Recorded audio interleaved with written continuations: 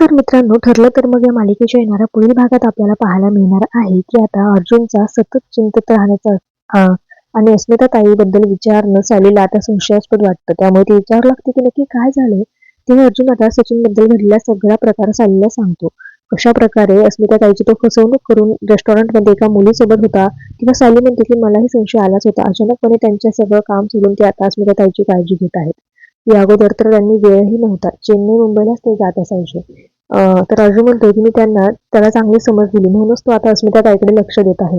अर्जुन असं वाटते की आपण त्या दिवशी त्याला जे काही समजवलं त्यामुळे सचिन आता सुधारला आहे, पण मात्र तो सुधारलेला नसतो. या उलट सचिनला आता अर्जुनच्या फाईलमध्ये साक्षीचा जुना फोटोज मिळाल्यामुळे तो पूर्णपणे हादरून गेलेला असतो. इथेच तिचं नाव साक्षी शिखरे आहे आणि मग आपण जिला भेटलो तिचं नाव तर समीरा शेखर आहे. त्यामुळे तो गोंधळला जातो. तर यावेळी सचिन जो आहे तो सचिनला आता सायली रंगे हात पकडते.